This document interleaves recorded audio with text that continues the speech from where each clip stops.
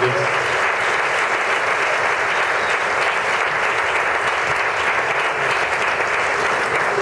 Bueno, ustedes ya los conocen, son los actores principales del reparto, además los productores, y el objetivo del Festival Colima de Cine es tener un contacto directo entre la sociedad, los protagonistas de las obras cinematográficas que se presentan.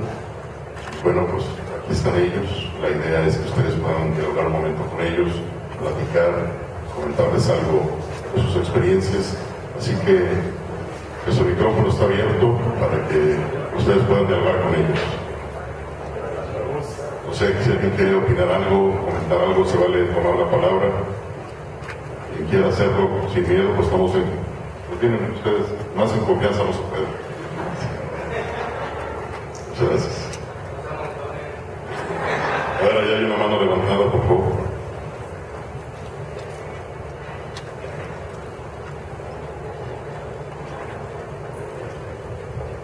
Buenas noches. Mi nombre es Amparo. Siendo tan joven,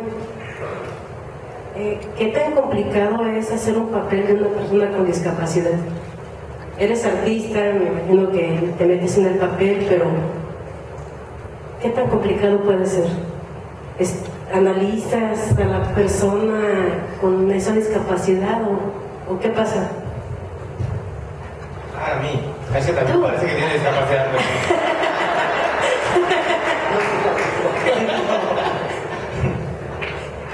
No, de verdad es que creo que nunca fue la intención. De hecho, cuando me llega la invitación para hacer este personaje, empecé a notar ciertos factores que yo quería representarlos en la película. Y sí fue un proceso muy largo, pero también, aparte de complicado, fue algo fácil porque Diego Cohen de alguna manera nos dio la libertad a nosotros como actores poder aportar esas cosas que no estaban escritas en el personaje realmente. El personaje de Alejandro era tal cual, una persona común y corriente, y yo empecé a agregar estas situaciones. Yo quería que de pronto, más que una discapacidad, sufriera un poco de autismo. De pronto aquí mi director, perdón que lo haga público, señor, pero ¿usted sabe el nombre de esa enfermedad? Sí. Se llama, bueno, no es una enfermedad, es una condición genética llamada sinostosis radiocubital. Yo tengo esa condición. Armando, a partir de observar mis maneras, mis modos de mover los brazos y demás, las manos, fue adecuando eso al personaje, ¿no? De alguna manera, como lo dice Diego, yo me fijé en esto y de pronto fue una propuesta y dije, oye, ¿me permites con todo respeto llevar a cabo? Pues ese problema, realmente ya quitándole el nombre técnico, es el problema en las manos de no poder tocar bien las cosas o agarrarlas, no poder golpearlas. Entonces eso fue como, ¿no? Y bueno, se nota ahora, pero bueno, eso fue el factor por el cual empezamos a arreglar, o bueno, yo empecé a hacer una columna vertebral de mi personaje y bueno, creo que ahí está el resultado, lo cual me tiene muy satisfecho. Creo que le suma mucho, hace ver el lado noble del ser humano, la vulnerabilidad de la que somos y estamos hechos. Realmente a veces nosotros creemos que esas cosas no pasan, creemos que solamente ciertas personas, y cuando de pronto ves a Alejandro te enterneces. Al principio es la primera vez que lo exhibimos en público, estoy nervioso porque realmente no pensaba que iban a reaccionar así y fue muy gratificante para mí que se estuvieran riendo, pero que al final de pronto ¡pum!, ese giro de tuerca fuera de está fuerte el tema, pero muchas gracias.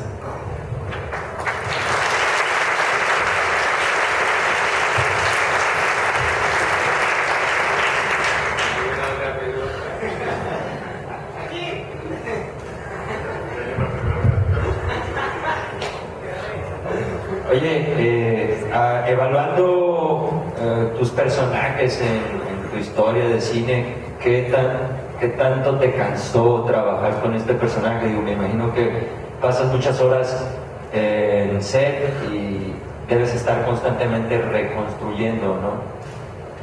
¿Qué podrías decir tú? ¿Fue muy cansado? ¿Fue cansado? ¿Qué te traes de este personaje? También me gustaría saber qué impresiones te mostró algo de la vida.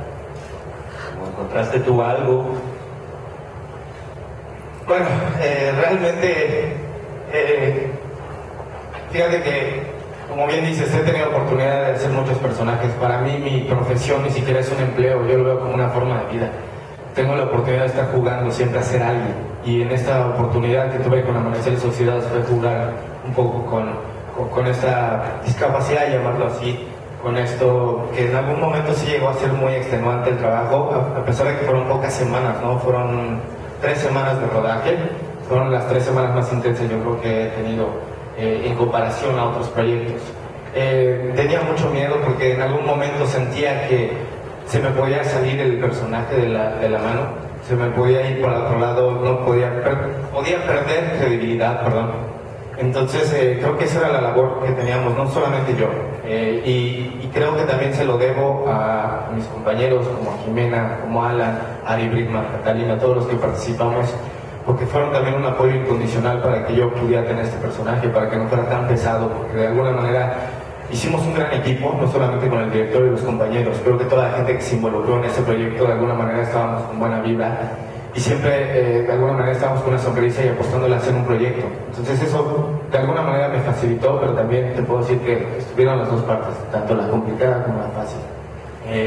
Alejandro me ha dejado muchas cosas, aparte de grandes amigos, de un hermoso proyecto que tenemos en las manos. Este es nuestro hijo que acaba de parir frente a ustedes, lo cual estamos muy contentos. Y Alejandro, en lo personal, pues me movió, me dio la oportunidad de abrir los ojos y darme cuenta que pues, no es fácil llevar la vida así, ¿no? Enamorarme nuevamente de mi compañera. No, perdón, ese ya es otro tema. Ese es broma. Somos buenos compañeros. Entendieron el chiste, que no lo entiendan mejor. Me va a escuchar mi mujer y no le va a agradar. Pero no, muchas cosas. Realmente estoy muy agradecido con Diego y con todo el equipo por la oportunidad. Además, por allá, Alejandro. Hola, buenas noches. Primero que nada, muchísimas felicidades por su película, me encantó. Una de mis preguntas iba a ser la duración del rodaje, pero ya lo dijiste. Mi otra duda es ¿de dónde nace la idea, el guión? Y una duda existencial que tengo, ¿Ocomar existe? ¿Va a adaptar o no? ¿Cómo fue?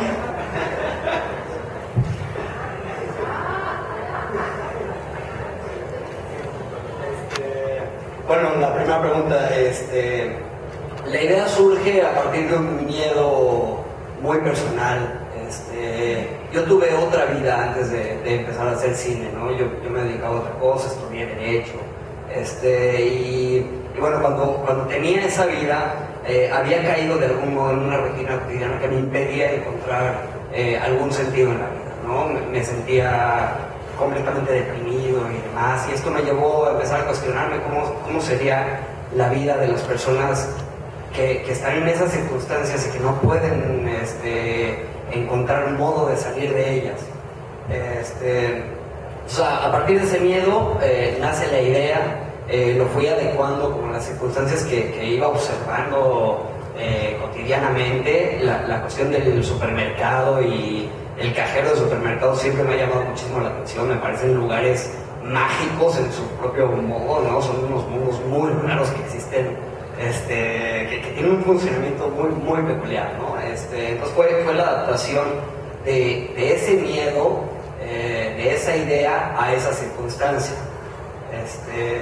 Y bueno, para la segunda pregunta, Ocomar no existe, lo construimos nosotros a partir de una circunstancia muy peculiar, porque estábamos a punto de entrar a filmar a un supermercado real en Ocotlán, y finalmente el día justo que entrábamos nos impidieron entrar a filmar, nos cancelaron la locación. Entonces tuvimos que, a modo de emergencia, juntar a todo el crew, y fue una cuestión de equipo. Eso fue increíble. Participaron los actores armando el súper, ¿no? Armamos el súper entre todos en 24 horas prácticamente. Un trabajo exhaustivo por parte de toda la gente de arte, pero aparte de toda la gente involucrada en la película también, desde el staff, desde el fotógrafo, choferes, vestuario, los actores, los productores, todos participamos en Arma del Sur. Fue una experiencia muy grata, muy divertida, ¿no? De hecho, el próximo año inauguramos una aquí. Sí.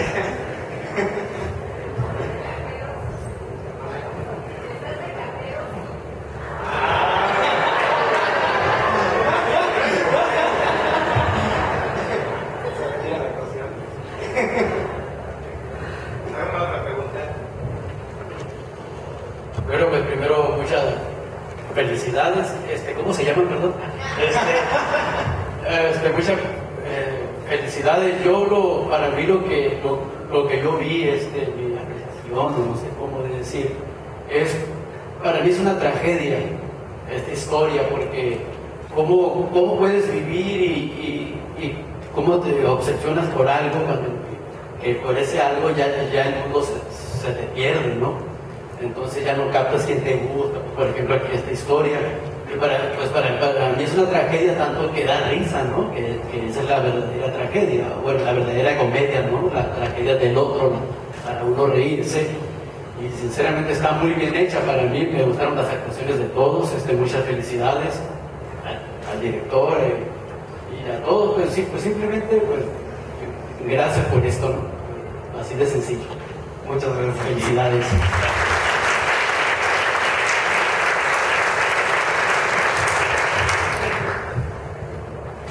Pues me preguntaba hacia Alejandro, ¿cómo fue este proceso fue una catarsis, supongo, porque el arte es eso, no es asimilar tu situación, pero el proceso es bajarla a plasmarla en ese sentido y transmitirla tal cual a toda la persona que trabaja. ¿Cuánto tiempo te tardaste? ¿Cómo fue personalmente y cómo llegaste a conectar? O sea, ¿qué fibras, qué sentimientos les moviste antes de que ellos empezaran a aportar hacia ti? Ok, el proceso de escritura del guión desde que tuve la idea fue largo, complicado. Fue mi primer guión de largometraje, fue acompañado de mucha inseguridad. También es muy complicado sentarte a escribir un largometraje, ¿no? La primera vez hay que pasar por muchos procesos, ¿no? Muchas correcciones y demás, y toparte con muchas paredes, darte cuenta de lo que estás haciendo, ¿no? Ser consciente de si lo estás haciendo bien, si lo estás haciendo mal. Fue un proceso largo que duró aproximadamente, desde que tuve la idea hasta que tuve el guión terminado, fueron 2 años, casi. Y bueno, a partir de ese momento, ya cuando entramos en la preparación de la película, la comunicación desde el principio con todos los actores fue muy clara, fue muy amable siempre, y me entendieron a la perfección lo que quería desde el principio. No estaban muy seguros de mis chistes porque pues estaba mucho trabajo, no me entendían muy bien solo en ese aspecto, pero todo lo demás fue muy sencillo para mí trabajar con ellos. La disposición que tuvieron siempre, nunca tuvieron, desde mi perspectiva, ninguna duda con respecto al proyecto y los personajes, y también estaba muy interesado en permitir las aportaciones de cada uno de ellos, ¿no? Yo quería que el proyecto, si bien lo estoy dirigiendo yo, pero quiero la participación de todos, quiero que sea un proyecto de todos, no mío, ¿no? Como alejándome un poco del culto a la personalidad, por así decirlo. Creo que las obras cinematográficas se tienen que construir en equipo y se necesita la aportación de cada uno de ellos. Siempre va a haber una directriz, pero el trabajo en equipo es lo único que puede permitir lograr un resultado positivo.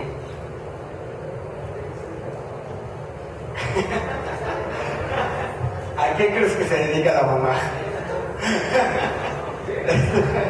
No, la mamá digamos que tiene un par de empleos.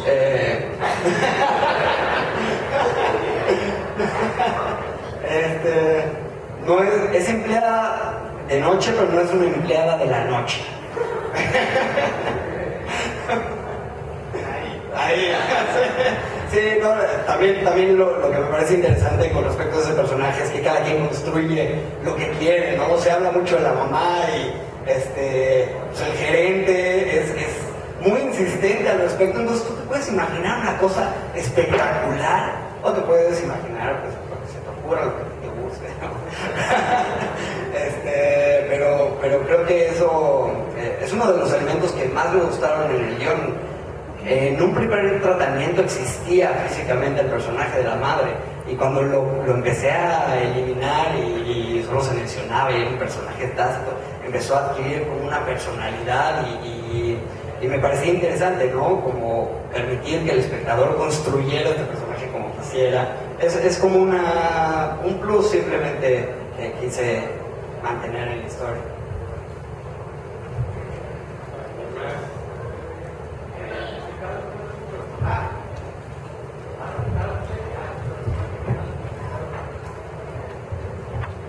Pues tengo que decir que yo cuando hice esta película tenía 19 años y apenas estaba saliendo de la preparatoria. Y mi experiencia había hecho solamente una película antes. Entonces no tenía la menor idea de qué lo estaba haciendo.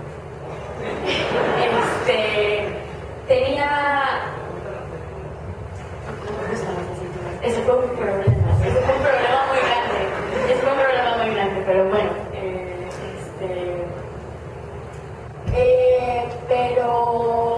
pero por otro lado, Diego fue muy claro acerca de lo que quería y Andrea se dibujó muy claro desde el principio. Esta chica que nada más anda por la vida, que pues, no le interesa gran cosa, no sé, como que muy ligera, muy liviana, y fue entre como el ambiente que se creó ahí y el guión fue muy fácil meterme. Ahora que ya tengo una carrera de actuación de 3 años, porque esta película se hizo hace 4 años, lo veo y o sea, creo que la actuación, no sé si tengo que hablar de mi actuación, pero es la primera vez que la veo en público y pues sí, fue más mucha intuición. Por acá.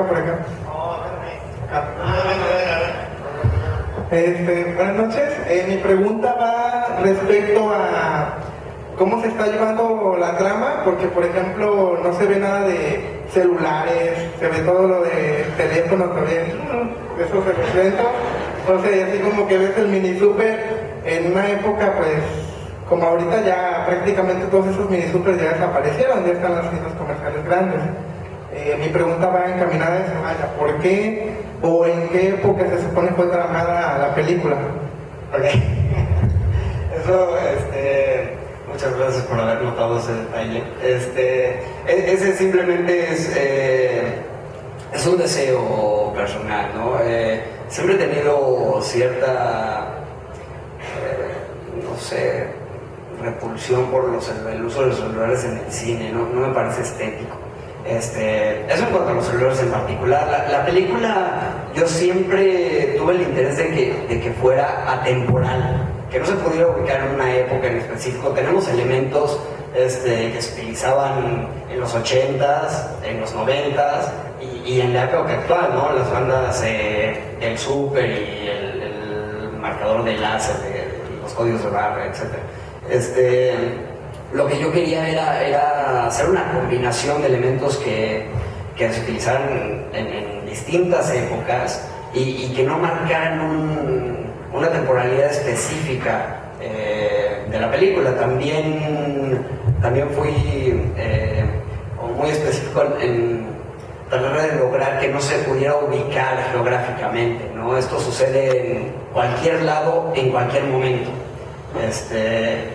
Entonces, bueno, esa era la intención Y en cuanto pues a la combinación de los elementos, también va por una cuestión estética, ¿no? Y también en función de la comedia misma, ¿no? La cuestión de marcar esos teléfonos, ¿no? Para mí eso es muy gracioso, me encantó ese detalle y me encantaba la idea de poder hacer una especie de... Tiene muchas referencias la película y muchos tributos que no son claros, pero son cuestiones personales, ¿no? Eso es un tipo de humor muy ácido, del cual soy muy fan, tipo Family Guy, ese tipo de cosas, ¿no? Entonces, lo del teléfono va por ahí, luego lo de la tele, estamos escuchando una adaptación libre de Willy Wonka y la fábrica de chocolates, pero a la mexicana. Hay como muchos elementos, muchos detalles que quise incluir en la película para que los cacharan, ¿no? Pero son cosas que a mí me causan mucha gracia, son muy divertidas para mí. Y así fui construyendo como toda esta cuestión.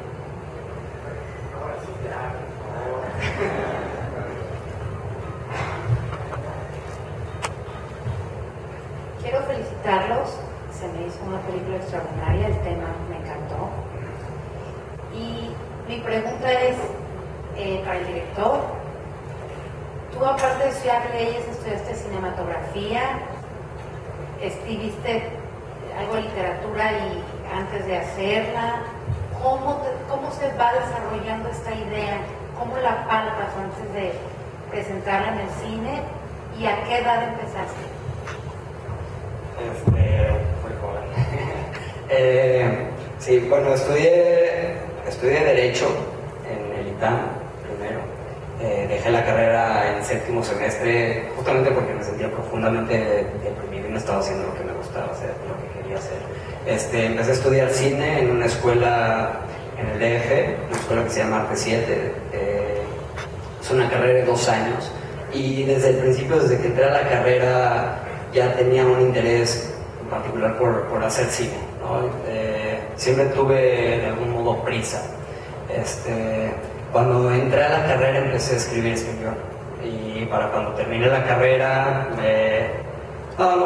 un año en toda la carrera empecé a escribir el guión, terminé la carrera, pasó otro año y ya tenía el guión terminado, y pues bueno, fue como mucho trabajo, tenía que hacerlo en tiempos libres, tenía que encontrar momentos para ir desarrollando la historia, me asesoraba con toda la gente que tenía alrededor siempre que podía.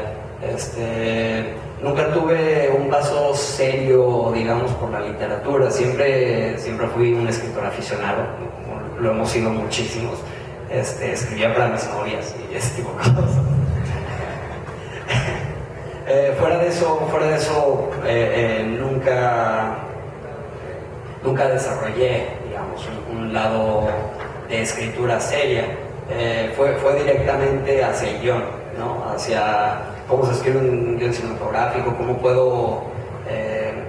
puedo plasmar en imagen y sonido la idea que estoy tratando de compartir, ¿no?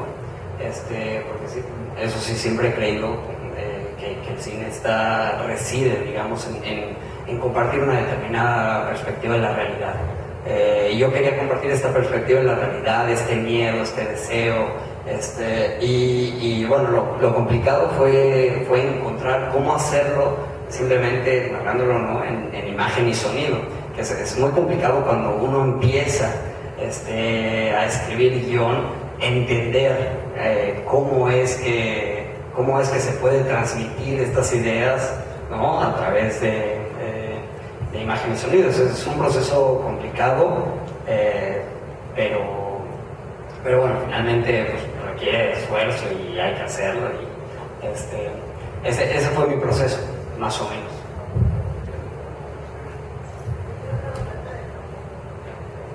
Quiero preguntarte de los textos en la pared, ¿cuál es el trasfondo que tiene para ti? Los textos se van adecuando al estado anímico, psicológico, emocional del personaje. Y bueno, particularmente la mayoría son de Nietzsche. Yo tuve una época nietzscheana importante. Y bueno, los textos se van adecuando a eso, van llevando, es una especie de, el músico o pintor es una especie de alter ego del personaje que va acompañándolo en todo momento, va expresando de algún modo el subconsciente del personaje, que él no se da cuenta, pero su subconsciente sí se da cuenta. Entonces es una especie de comunicación, ¿no? Un reflejo, exactamente. Y bueno, encontré específicamente estas frases en Nietzsche, ¿no? en obras distintas, y al final hay una frase que me marcó a mí desde muy chico, que es de Pink Floyd, ¿no? Es de Roger Waters, de The Wall. En español suena claro, pero va por ahí, que es este deseo finalmente, ¿no? Tengo un gran deseo de volar, pero no sé a dónde hacerlo. Que es lo que culmina de algún modo esta etapa del personaje y permite que pase a una nueva vida en donde tal vez o tal vez no pueda encontrar un sentido. Ah, claro. Sí. Exactamente. Bueno, las personas que hicieron los grafitis, todas las pintas, fue un trabajo en conjunto entre dos grandísimos artistas. Uno de ellos es Alejandro Colunga, que es el que hace el papel del músico aparte, y el otro es el Peque, Alejandro Martínez, un grafitero que casualmente también pintó el cerdo de Roger Waters cuando Roger Waters tocó en Guadalajara, ¿no? Pero fue un trabajo en conjunto de ambos artistas.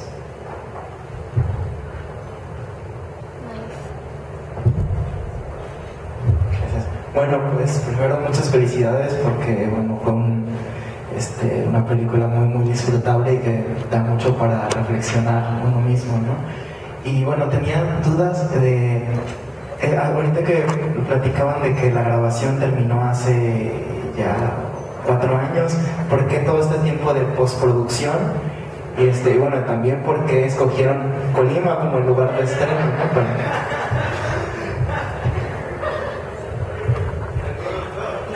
Es gracias a estas dos personas que están aquí, que creyeron en mi queridísimo y adorado director,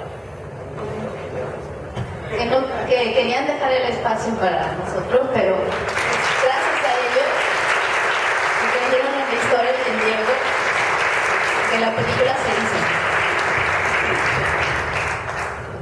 Buenas noches. Normalmente los festivales son para que los disfruten los actores y los directores, por eso yo siempre me abstengo de participar. Pero bueno, la pregunta sí está un poco claro que estaba dirigida hacia nosotros. Básicamente la película fue el primer proyecto de producción de un pequeño grupo que intentó hacer cine independiente en México, que se llama Goliath Films. Todavía seguimos haciendo películas, pero ya no de esa misma forma. Sí, hacíamos películas y cigarros. No es verdad, pero en ese tiempo